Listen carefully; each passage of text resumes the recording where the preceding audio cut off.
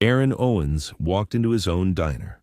Nobody recognized him, not the new servers, not the manager hired to run his grandmother's kitchen. He sat at the counter and ordered toast and black coffee. Just another customer. Behind the pass, the manager barked at the oldest cook on the line, a black woman who'd worked this kitchen 11 years. He inspected her plates twice, no one else's. He shoved her dish aside and pointed at the mop bucket. Then he leaned toward a line cook, voice barely a breath. Phase out the soul food. Get rid of the old black woman. Aaron's mug stopped halfway to his mouth. The manager had no idea who was sitting 4 feet away. What he'd been doing to this kitchen and its people was worse than Aaron ever imagined. But the man being dragged toward the door didn't struggle. He didn't shout. He just went quiet. And that silence held more weight than any protest ever could. Because 30 years earlier, that same man stood in a kitchen no bigger than a parking space. The grease hung thick in the air. A cast-iron skillet popped and hissed on the stove, and a woman's voice cut through the heat like cool water. Stand up straight, Aaron. You watching or you learning? Eloise Owens was 61 years old. Her hands were rough from decades of work. She pulled a recipe card from her breast pocket and held it up. Sweet potato pie. Her handwriting slanted hard to the right, like it was in a hurry to get somewhere. You don't cook for money, Aaron. She pinned the card to the wall above the stove. You cook so people know they belong. 14-year-old Aaron nodded. He didn't fully understand yet. But he memorized every word. He memorized the way she moved through that kitchen. No wasted steps, no wasted ingredients. Every plate left her hands like a promise. When someone sits at my counter, they matter. She tapped the recipe card once. The recipe ain't the ingredients, it's the hands. She died 4 years later. Aaron was 18. He buried her on a Tuesday and opened the diner on a Friday. Same location, same recipes, same cast-iron skillet. He named it Owens's Corner because that's what she always called her kitchen, her corner of the world. The first 5 years nearly broke him.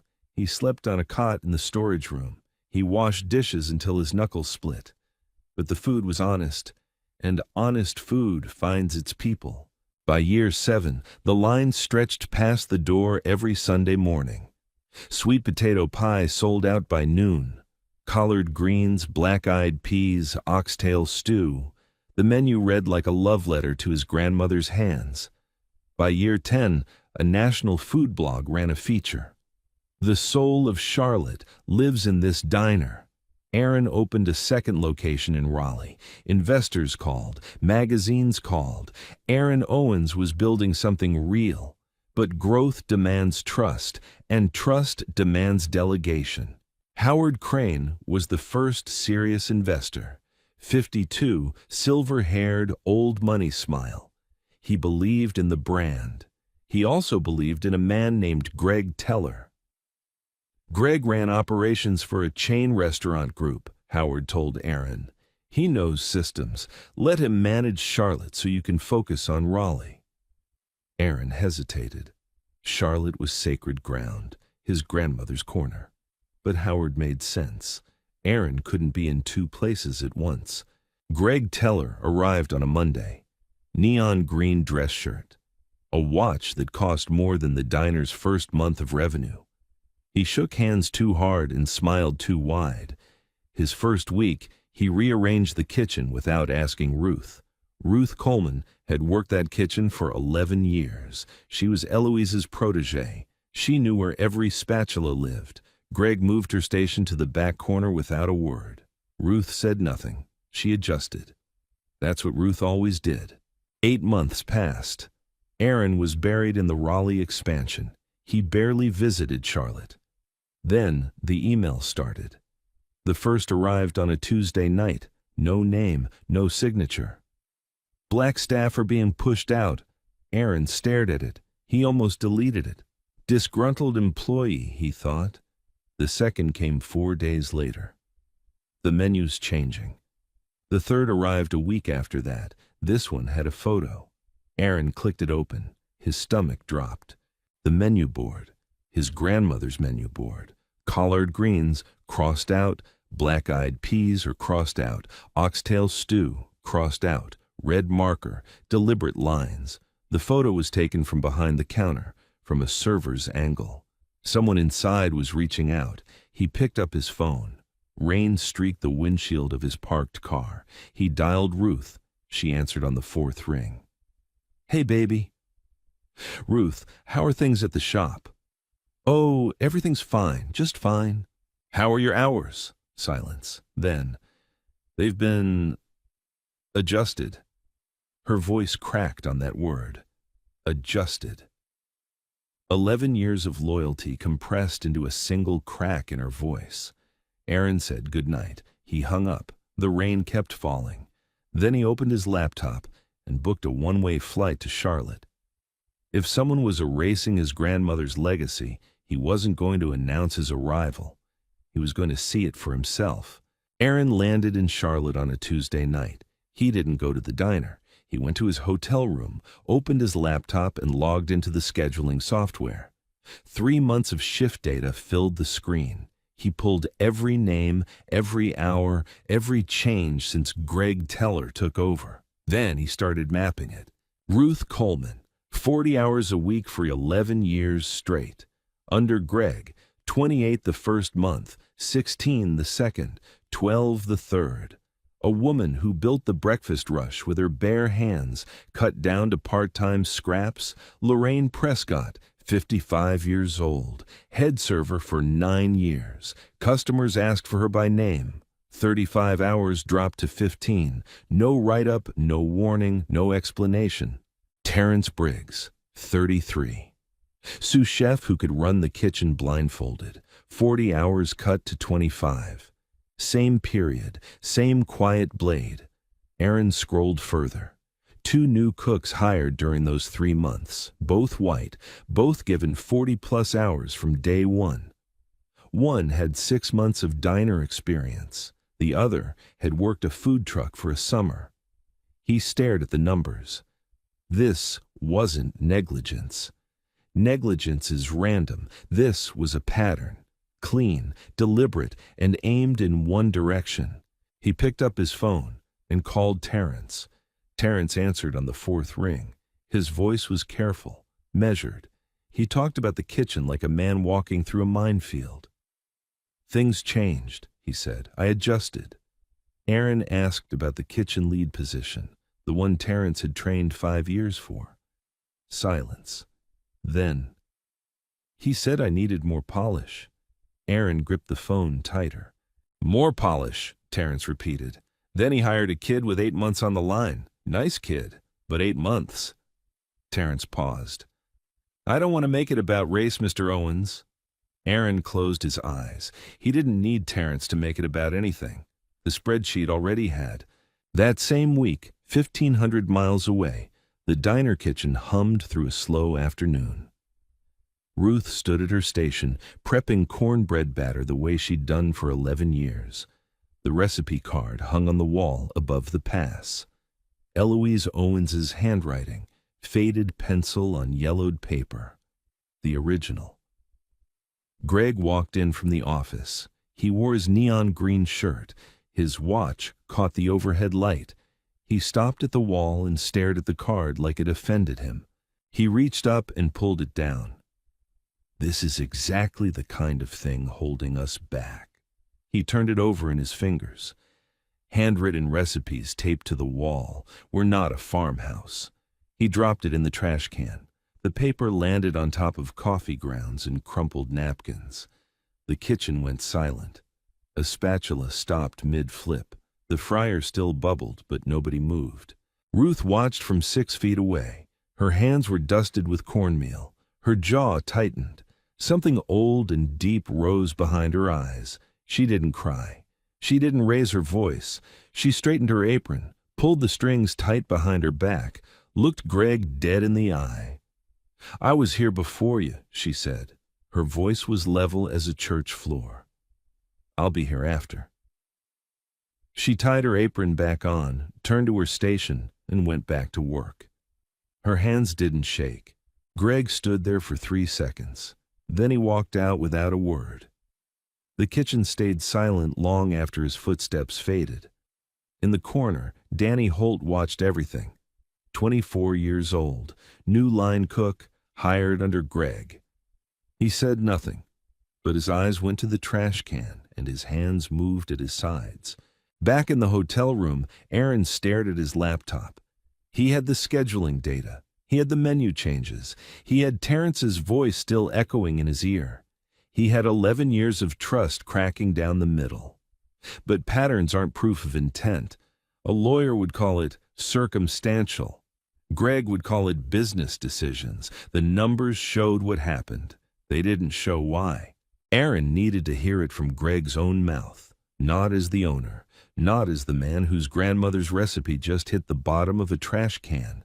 He needed to walk in as nobody, a stranger, a black man with no name and no power. He needed to see what Greg does when he thinks no one important is watching. Aaron closed the laptop. He picked up his phone and dialed one number. "I need a favor," he said. "I'm going in." The hotel room in Charlotte smelled like stale carpet and vending machine coffee. Aaron stood in front of the bathroom mirror at 6 in the morning. He barely slept. He unbuttoned his dress shirt, folded it, set it on the bed. Then he unclasped the gold cufflinks from the cuffs. 2 small squares, engraved with the initials E.O. Eloise Owens. His grandmother had never owned them. He had had them made the year he opened the diner, a promise to carry her name into every room he entered. He placed them in the hotel safe, punched in the code. The door clicked shut. He pulled on a plain white t-shirt, then the gray cardigan he'd bought at a thrift store near the airport, reading glasses he didn't need, scuffed sneakers 2 sizes too comfortable for a man who owned 2 restaurants. He looked at himself again. No cufflinks, no tailored collar, no trace of Aaron Owens, restaurateur. His grandmother wouldn't recognize him. That was the idea. He sat on the edge of the bed and called Sandra Wells. She picked up on the second ring. Sandra had been his attorney for 7 years. She didn't do small talk. "I pulled the scheduling records," Aaron said. "Every black employee lost hours within Greg's first 3 months. Everyone. New hires, all white, got full shifts from day one." Sandra was quiet for a beat. "Send me the data, all of it. The schedules, the anonymous tips, the menu changes." "There's more. He took my grandmother's recipe card off the wall, threw it in the trash, called it dead weight." "Aaron," her voice dropped. "If he trademarked anything under his name, that's fraud. Get me proof and I'll bury him in paperwork he'll never climb out of." Aaron leaned forward. "I'm going in myself, undercover. I need to see it." "Then watch your mouth and keep your hands visible.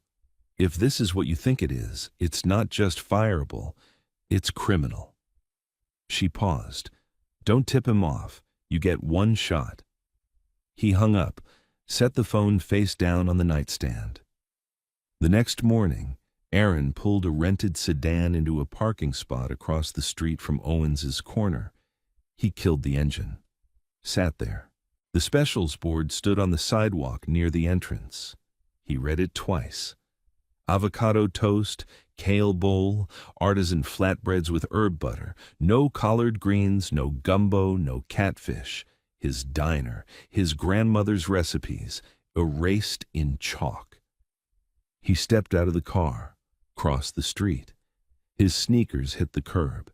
He reached for the door handle and pushed. The bell rang. The same small brass bell his grandmother would have loved. The same sound from 100 mornings when regulars walked in and Ruth called their names before they sat down. Aaron slid onto a stool at the counter. A server he didn't recognize handed him a laminated menu. He opened it. The soul food was gone. No smothered pork chops, no black-eyed peas, no sweet potato pie. page after page of grain bowls and cold-pressed juices and things that belonged in a different zip code. At the bottom, in small print, menu curated by G. Teller, executive manager. Aaron's hand tightened on the laminated page. On the community board near the entrance, a bright yellow flyer caught the edge of his vision. Golden Griddle. Grand opening soon. He filed it away. He set the menu down, straightened his glasses, and waited for someone to take his order. He was a stranger in his own house. Aaron sat at the counter like any other customer. He opened the menu. Glossy pages, professional photos, every dish styled for Instagram. He ordered the artisan breakfast plate. It arrived fast. Poached eggs centered on sourdough, microgreens fanned across the rim, a drizzle of something green, pesto maybe. The plate looked like a magazine cover. He picked up his fork. It clinked against cold ceramic. The egg was competent. The bread was fine. The greens tasted like nothing, every element executed with precision and delivered without a pulse. His grandmother's breakfast had been different, scrambled eggs with pepper, grits so creamy they held a spoon upright, a biscuit split open and drowned in sorghum syrup, food that grabbed your hand and pulled you into a chair. None of that existed here anymore. The menu offered avocado bowls and grain salads and cold-pressed juice. Not a single dish that smelled like memory. Aaron chewed his sourdough. It tasted like someone else's restaurant. The kitchen door swung open. Greg Teller walked out with a clipboard. He wore his neon green shirt tucked tight. His eyes swept the room like a landlord checking property. They passed over Aaron without stopping. Nobody. Just a man in a gray cardigan eating breakfast. Greg stopped at the pass window. Ruth stood on the other side, plating a lunch order, roasted chicken on a bed of arugula. Her hands moved with decades of practice, steady, efficient, sure. Greg looked at the plate, then at Ruth. "You're too slow for the lunch rush," he said. Not quietly, not to her ear. He said it at full volume, 3 customers within earshot. Ruth didn't look up. She placed a lemon wedge at 2 o'clock on the plate, wiped the rim with a clean towel. "Ruth," Greg set his clipboard on the counter. "If you can't keep up with the new pace, maybe we find you something less demanding." She still said nothing. Her hands didn't shake. She slid the plate to the pickup window and called the order number. Aaron sat 2 seats away. His fingers tightened around his coffee mug. He set it down harder than he meant to. The ceramic hit the counter with a crack that turned Greg's head. Their eyes met for half a second. Greg saw a customer. Aaron saw a man humiliating a 62-year-old woman for sport. Greg walked back to his office. Ruth picked up the next ticket. Day 2. Aaron came back at 11. He took the same seat near the kitchen pass. Ordered coffee and a kale salad he didn't want. The lunch rush built slowly. Servers moved between tables. The kitchen clattered with pans and timers. Greg stood near the pass, reviewing tickets. Danny Holt worked the grill station. 24 years old, quick hands, quiet mouth. He kept his head down and his station clean. Greg leaned close to Danny. His voice dropped to a murmur, but the pass window carried sound, and Aaron was close enough. "Once we phase out the soul food crap and that old black woman, this place prints money." Aaron's hand froze around his coffee cup. Greg wasn't finished. He clapped Danny's shoulder like they were teammates. "Trust me, kid, I've done this before." Danny's knife stopped mid-cut. A bell pepper sat half-sliced on the board. He stared at Greg's hand on his shoulder, but didn't speak. Greg moved on. Danny picked up his knife again. His jaw was tight. Aaron set down his cup. His pulse hammered in his ears. Every instinct told him to stand up, walk into that kitchen, and end this. Right now. This second. But he didn't move. Firing Greg without documentation meant Greg walked clean, meant he'd do this again somewhere else. "I've done this before," proved that much. Aaron had to let the trap build itself. He needed air. Aaron stood and walked toward the hallway that led to the restrooms. He didn't make it that far. Lorraine Prescott was mopping the floor near the supply closet. She wore a gray uniform shirt, no name tag. Her bucket smelled like bleach. Aaron had reviewed her file. Head server, 9 years. Employee of the month twice. Now she was cleaning hallways. She didn't know him. He was just a customer who'd taken a wrong turn. "Careful, floor's wet," she said. "Sorry." He paused. "You been working here long?" She dunked the mop, wrung it out. 9 years. Used to run the dining room. She pushed the mop in slow arcs. "Now I'm cleaning toilets because I don't fit the brand." The words came out flat, rehearsed by repetition. She'd told herself this story enough times that the anger had gone cold. "You ever complain to anyone?" Aaron asked. Lorraine looked at him, really looked. Her eyes measured him the way a woman measures a stranger who asks personal questions. "I wrote some emails," she said. "Don't know if anyone read them." Aaron knew. He'd read every one. The anonymous sender. The careful descriptions of schedule changes and reassignments. Lorraine had been the one sounding the alarm. "Someone probably did," he said. She shrugged and went back to mopping. Behind the diner, a narrow alley ran between the building and a chain-link fence. Danny Holt sat on an overturned milk crate, cigarette between his fingers. Aaron stepped out the back door. Danny glanced up, then away. "Mind if I stand here a minute?" Aaron asked. "Stuffy inside." Danny shrugged. They stood in silence. Danny smoked. His leg bounced. Something was eating at him. "You work the grill?" Aaron asked. "Yeah." "Food's different from what this place used to serve." Danny flicked ash. "You been here before?" "A while back. Used to be soul food." Danny took a long drag. Then he spoke fast, like a man releasing pressure.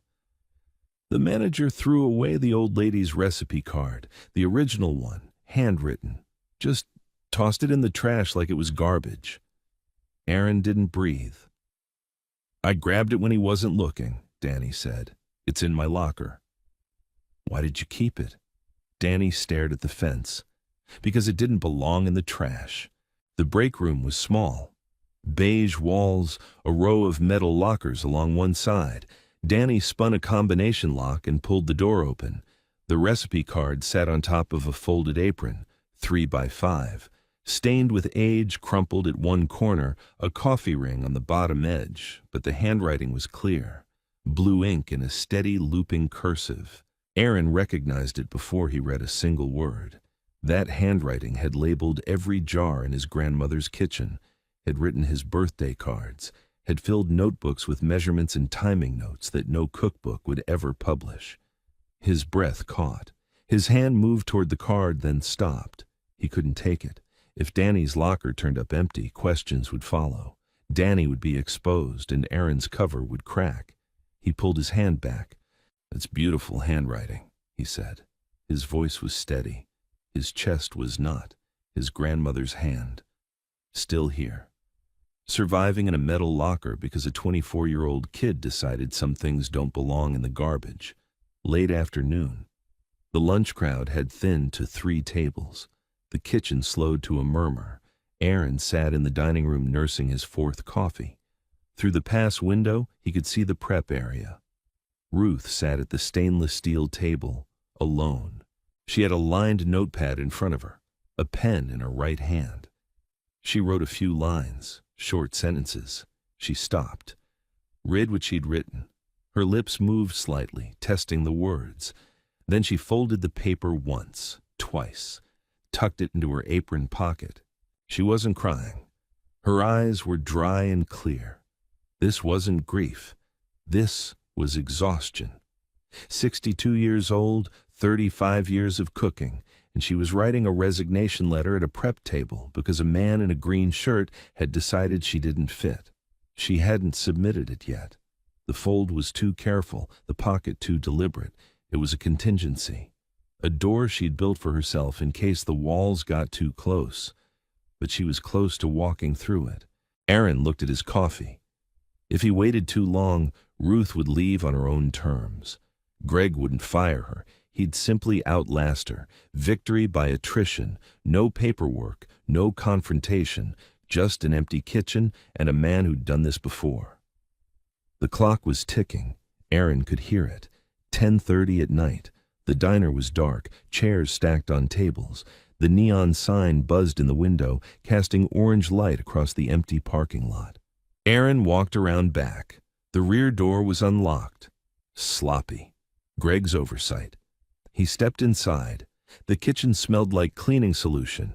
He moved past the grill station, past the walk-in cooler, to the short hallway that led to the office. Greg's office door was closed, but not locked. Aaron pushed it open. Filing cabinet against the wall. He tried the top drawer, locked. Second drawer, locked. He turned to the desk. The center drawer slid open. Pens, paper clips, a phone charger, and a business card. Golden griddle. The franchise logo embossed in gold foil. Aaron flipped it over. On the back, in Greg's handwriting, Call Recipe Licensing, 2s. Recipe licensing. Greg wasn't just rebranding the diner. He was selling the recipes, Aaron's grandmother's recipes, to a franchise chain. Aaron pulled out his phone, photographed the front, photographed the back, slid the card exactly where he'd found it, closed the drawer.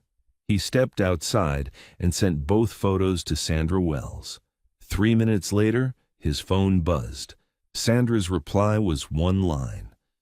I'll run a trademark search tonight. If he filed anything, I'll find it. Aaron stood in the parking lot. The neon sign hummed above him. Inside that building, a man was dismantling everything his grandmother had built and selling the pieces. Tomorrow, Sandra would have answers, and Aaron would decide what came next. The neon sign faded in his rearview mirror. Aaron drove back to the hotel with both hands locked on the wheel. He didn't turn on the radio. He didn't need noise. His head was loud enough. He set his phone on the nightstand and stared at the ceiling until the room went dark. At 6 in the morning, the phone rang. Sandra didn't say hello. She said, "It's worse than we thought." Aaron sat on the edge of the bed. The hotel air conditioner hummed its flat, endless note. He pressed the phone to his ear and waited. I found 6 trademark applications, Sandra said, all filed by Gregory Allen Teller in the past 4 months. Every single one covers a recipe currently served at Owens's Corner. She paused. He listed himself as the original creator on all 6. Aaron closed his eyes. 6 recipes, not random ones, not the trendy small plates Greg had added to the menu. These were the recipes Aaron had grown up eating. The ones his grandmother had taught him by feel, by smell, by the way dough stuck to her knuckles. Read them to me, he said. Sandra read the list. Sweet potato pie, Eloise's signature, the dish that built the diner's reputation. Brown sugar cornbread, the recipe she'd perfected for church fundraisers 40 years ago. Smoked catfish, bourbon peach cobbler, red beans and rice, sorghum biscuits. Every recipe carried a memory. Everyone held a person, a kitchen, a Sunday afternoon. Greg had reduced them to intellectual property assets, line items on a government form. His name typed where Eloise's belonged. Aaron's jaw tightened. This wasn't about money. This was about a man trying to legally erase his grandmother from her own kitchen. I'm sending you the filing documents now, Sandra said. Check your email. He opened the attachments one by one. Each application was clean, professional, formatted by someone who had done this before. Creator, Gregory Allen Teller. Date of first use in commerce, description of goods. The language was sterile, the theft was surgical. Aaron set the phone down. He showered, he dressed, he skipped breakfast. He drove to the diner 40 minutes before opening. The parking lot was empty. The morning air smelled like cold grease and damp asphalt. He walked to the front door and unlocked it with the master key. His building, his name on the deed, his grandmother's name on the awning. The hallway was dark. His shoes echoed on the tile. Greg's office sat at the back past the storage room. The door was unlocked. Aaron stepped inside and pulled the chain on the desk lamp. The filing cabinet stood in the corner. Gray metal, 2 drawers, a small lock that popped open with a flathead screwdriver from the kitchen drawer. The top drawer held invoices and vendor contracts. The bottom drawer held the thing Aaron had come for. A printed letter of intent. 2 pages, clean margins, professional letterhead from Golden Griddle Holdings, LLC. Aaron read it standing up. The agreement granted Golden Griddle an exclusive licensing deal for 6 original recipes. The word original was underlined. Developed by Gregory Allen Teller. The licensing fee, $225,000, payable upon execution. Greg's signature sat at the bottom of page 2. Next to it, the signature of a Golden Griddle vice president. The execution date was set for 6 days from now. Aaron read the word again, original. Greg had actually written original. He'd signed his name under it. He'd underlined it like he was proud. Aaron photographed every page, both sides, the signatures, the letterhead. He put the documents back exactly as he'd found them and closed the drawer. Outside, he called Sandra from the parking lot. "I have the licensing agreement," he said. "Golden Griddle is paying him $225,000 for recipes he stole. The deal closes in 6 days. Sandra was quiet for 3 seconds. "The trademark filings are fraudulent. He's not the creator. The licensing deal is built on stolen intellectual property. We can challenge every filing." Another pause. "But Aaron, you need to stop him before that deal closes. Once the money changes hands, recovery gets complicated."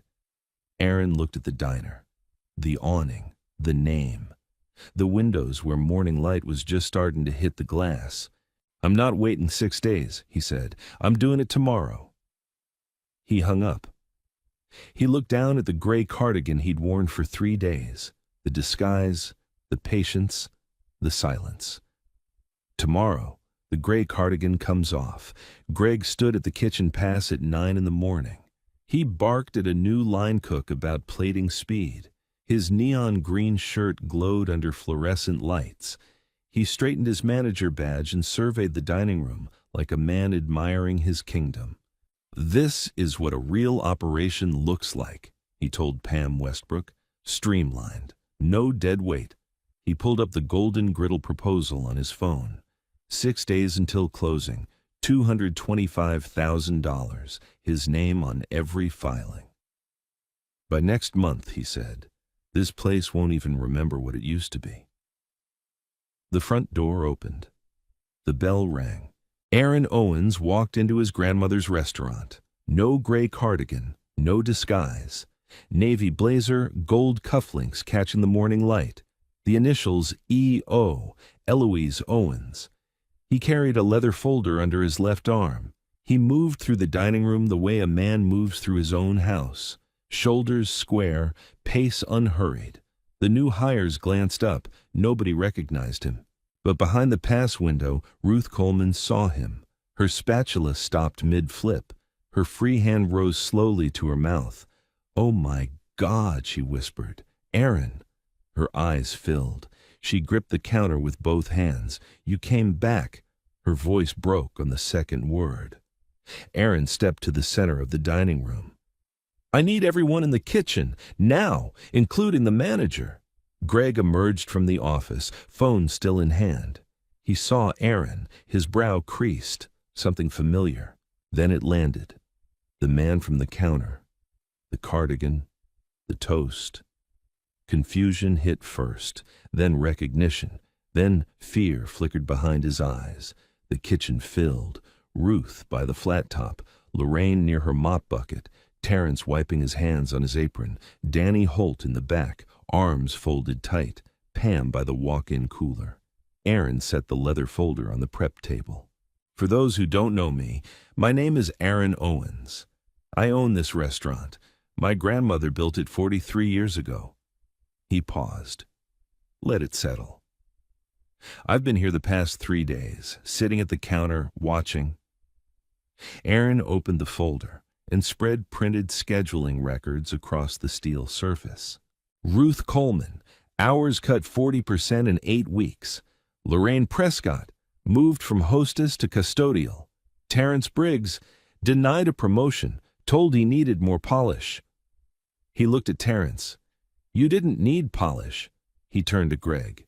You removed my grandmother's recipes, called it curation, threw her handwritten cards in the trash. Greg stepped forward. That's taken out of context. Aaron raised one hand, palm flat, calm. The gesture hit harder than any shout. I was 4 feet away, Greg. I heard every word. Phase out the soul food crap in that old black woman. The kitchen held its breath. And you said, I've done this before. Aaron reached into the folder. He laid 6 documents on the prep table. Trademark filings, each one in Greg Teller's name. You trademarked 6 recipes created by my grandmother. Under your name. He set down the final page. A letter of intent. Then you signed a deal to sell them to Golden Griddle for $225,000. You underlined original, as if they were yours. Absolute silence. Greg's mouth opened. Nothing came out. Pam Westbrook took one step backward, then another. She put the prep table between herself and Greg. Greg didn't rage, didn't beg. He just shrank. Shoulders dropped, chin lowered. The neon green shirt looked absurd now, a costume nobody asked for. Not anymore, Aaron said. From the back, Danny Holt unfolded his arms, stepped forward. His voice shook. I have the recipe card, the one he threw away. I saved it. It's in my locker. Aaron looked at Danny, nodded once. Then he turned to Lorraine. I know you sent the emails. Thank you. Lorraine pressed her lips together, nodded but couldn't speak. Aaron faced Greg one final time. You're terminated, effective immediately. My attorney will contact you regarding the trademark filings and the Golden Griddle agreement. Greg unclipped his badge, set it on the counter. The click echoed. He walked through the dining room, pushed through the front door. The bell rang. The same bell from 1983. The same brass ring. But now it marked an exit, not an entrance, an ending, not a beginning. Nobody cheered. That wasn't what this was. Terrence put both hands on the prep table. He exhaled, long, slow, shaking, like a man releasing months of held breath. Lorraine set down her mop and picked up the hostess schedule. Ruth hadn't moved. She stood exactly where she'd been standing when Greg walked out, right where she'd always been. I was here before you. I'll be here after. The bell had stopped ringing. Greg was gone, but the damage stood in every corner. Aaron looked at his staff. 6 faces stared back, some relieved, some terrified. Relief meant they had waited for this. Terror meant they had something to answer for. He started with Ruth. She still held the resignation letter. Aaron crossed the floor, stopped in front of her, and held out his palm. Ruth placed the letter in his hand. He read it. 2 paragraphs. 30 years reduced to 2 paragraphs. He tore it in half and set the pieces on the counter. You're not going anywhere. Ruth nodded once. That was enough. He turned to Lorraine. She stood near the supply closet, still wearing the gray custodial apron. Aaron walked to her and paused, letting her decide. Lorraine untied it herself. She pulled it over her head and dropped it on the nearest chair. Underneath, a pressed white blouse. She had dressed for the job she deserved, even on the days she scrubbed floors. You're back at the front, Aaron said. Effective now. Lorraine straightened her collar. Her chin lifted half an inch. Then Aaron found Terrence near the kitchen doorway. Silent since the reveal, hands at his sides. Greg said you needed more polish. Terrence's jaw tightened.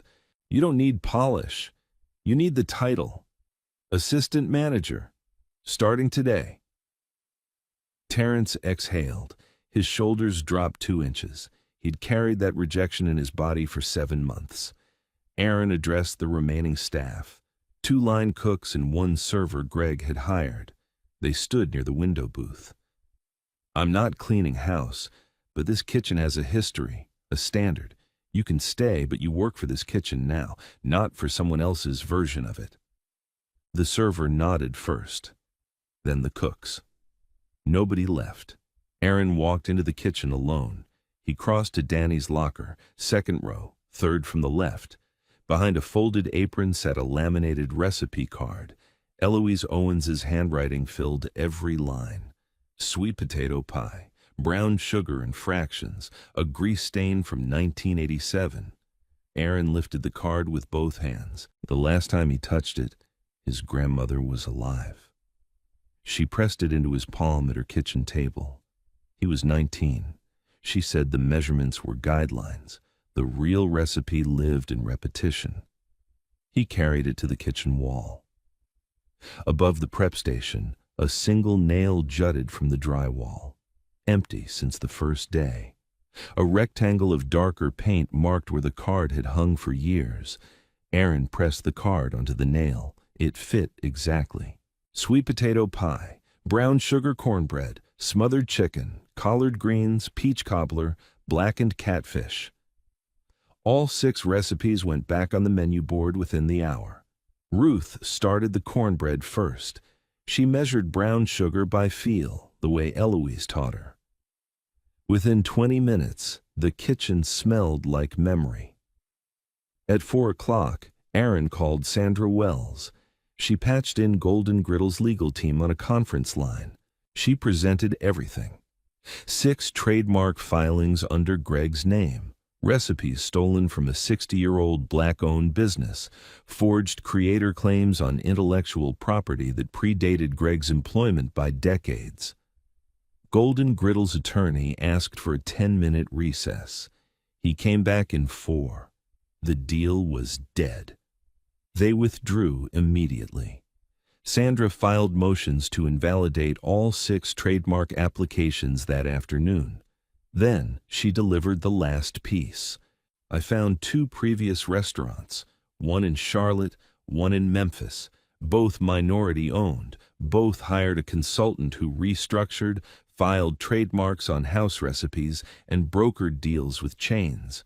Both owners lost everything within a year." Greg hadn't improvised. He had run this playbook before, twice, against people who looked like Aaron. Sandra had forwarded her findings to the state attorney general. A criminal referral for fraud was pending. Greg's next conversation would be with investigators, not investors. After the call, Aaron found Danny restocking napkins near the counter. He gestured toward the back hallway. They stood near the employee entrance. "You saved that card when nobody was watching. That took guts." Danny shook his head. "I just couldn't let him throw it away." "How long have you been here?" 8 months. I watched everything happen. I wanted to say something. I didn't know who to tell." Aaron studied him. 24 years old. Minimum wage. No connections. He had acted anyway.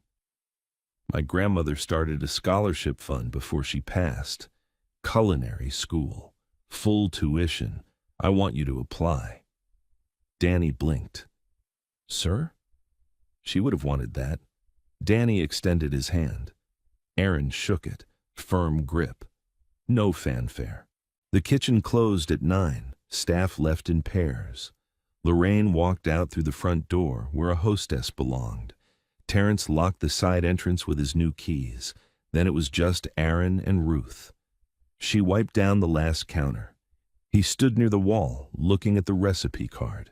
Eloise's handwriting caught the light. Blue ink on white stock. "Your grandmother would be proud," Ruth said. Aaron traced the edge of the card with his finger. Ruth hung her towel on the oven handle. "She told me once," Ruth said. "The recipe ain't the ingredients, it's the hands." Aaron looked at Ruth's hands, scarred from grease burns, thick knuckles from decades of kneading, steady as stone.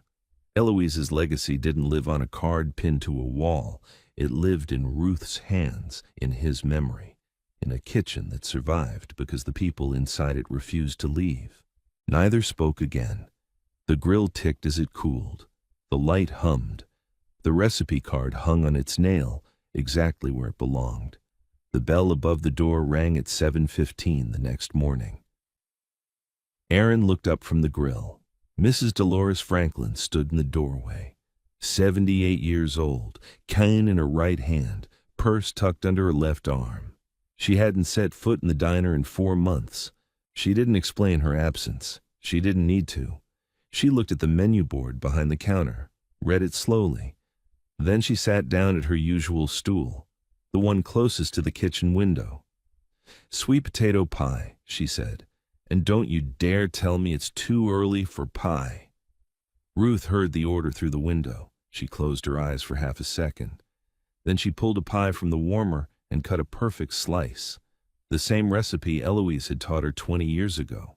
Mrs. Franklin took the first bite, set her fork down, nodded once. That nod carried more weight than any speech. By 8:30, the counter was full. By 10, every booth was taken. By noon, a line stretched out the door and down the sidewalk. People who had stopped coming when the menu changed. People who had looked through the window, seen the unfamiliar dishes, and kept walking. They came back. They came back for the food. They came back because the food meant the place was theirs again. Ruth worked the kitchen like a woman half her age. Cornbread came out of the oven in batches, each pan emptied before the next one cooled. Terrence ran the line beside her, calling orders, plating dishes, keeping the rhythm steady. He didn't hesitate. He didn't second guess. He moved like a man who had earned his place. Lorraine stood at the host stand and greeted every customer by name. She remembered their orders. She remembered their children's names. She remembered who liked extra butter and who needed a booth near the door because of bad knees. The diner hadn't sounded like this in months. Forks on plates, laughter between tables, conversations that spilled from one booth to the next, the noise of a room full of people who felt welcome. The local news station arrived at 1 o'clock. A reporter set up a camera outside the front door.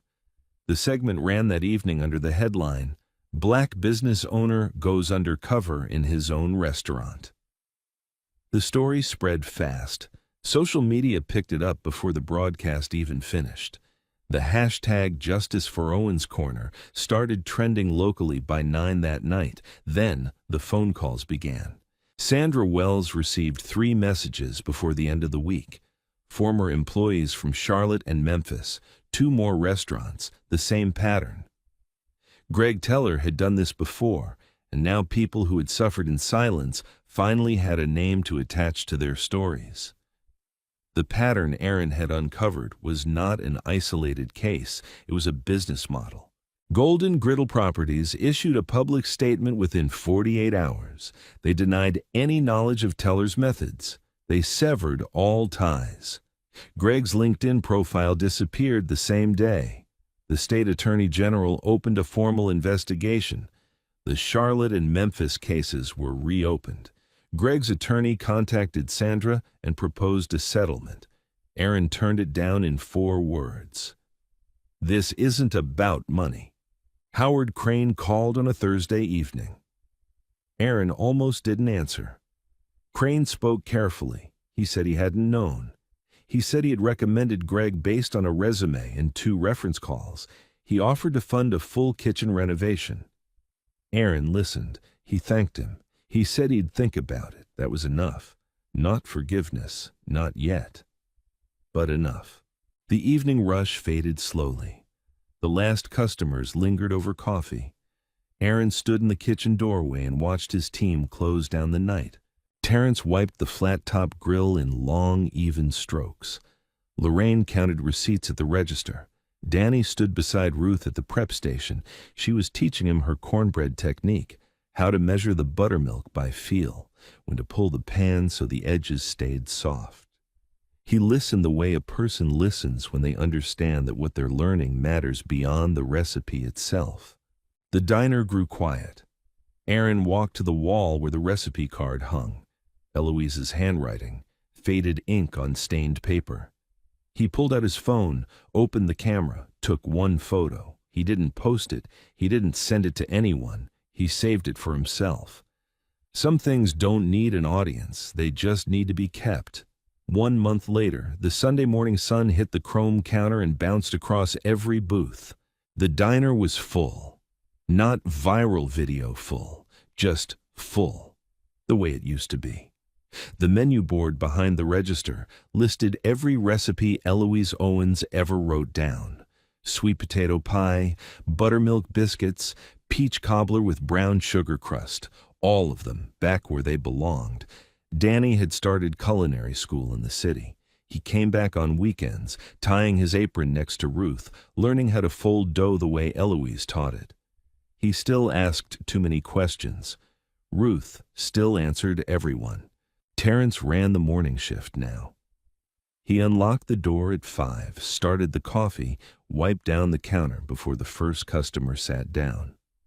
Lorraine worked the floor. She knew every regular by name. She remembered their orders before they opened their mouths. Ruth hadn't missed a single day. Aaron sat at the counter. Same stool, third from the left. The same spot where a server had looked through him like he didn't exist. The same spot where Greg had laughed behind his back. He folded his hands on the counter and waited. Ruth set down a plate. 2 slices of toast, golden brown. A cup of black coffee, still steaming. She didn't say anything. She just smiled. Aaron picked up the coffee. He took a slow sip. The diner hummed around him, forks on plates, low conversation, a child laughing in the corner booth. He looked up at the wall. The recipe card sat inside its frame. His grandmother's handwriting, faded but clear. It had survived a trash can, a locked office, and a man who thought he could throw it away. The diner survived because people refused to let it disappear. Not famous people, not powerful people. Ruth, Danny, Lorraine, Terrence, people who showed up and stayed. Legacy isn't what gets handed to you. It's what you fight to keep. If this story made you think about the places that shaped you, share it with someone who needs to hear it. Drop a comment. What's the one recipe, one tradition, one thing from your family you'd protect no matter what, and subscribe so you don't miss the next story? The bell above the door rang. A new customer stepped inside.